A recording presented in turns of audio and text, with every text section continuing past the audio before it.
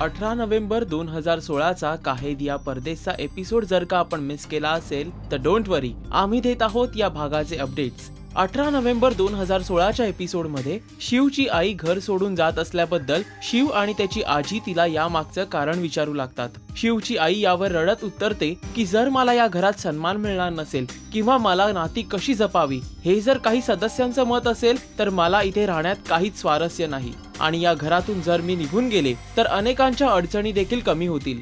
शिव आपल्या आईला सांगतो, आमच्या सुखासाठी तुला घर सोडून जाण्याची काहीच आवश्यकता नाही।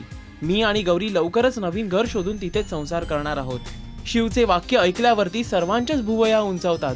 शिवचे वडील या सर्वाला शिवच्या आईला जबाबदार धरतात।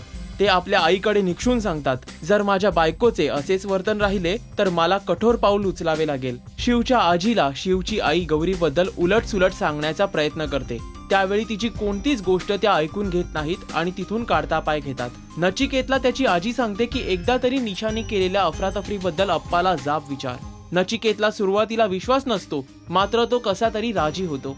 निशाला जेव्हा कळतं की नचिकेत अप्पाला भेटायला जाणार आहे त्यावेळी ती पूर्णतः गोंधळून जाते।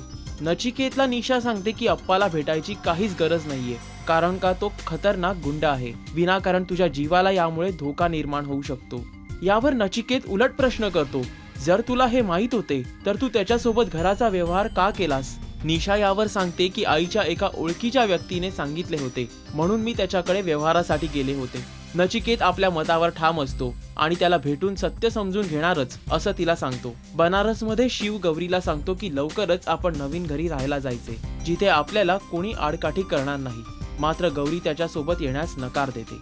काहे दिया परदेस या मालिकेचे अपडेट्स जाणून घेण्यासाठी पहा राजश्री मराठी। नमस्कार, मी Sayali Sanjeev. Do subscribe to Rajshri Marathi.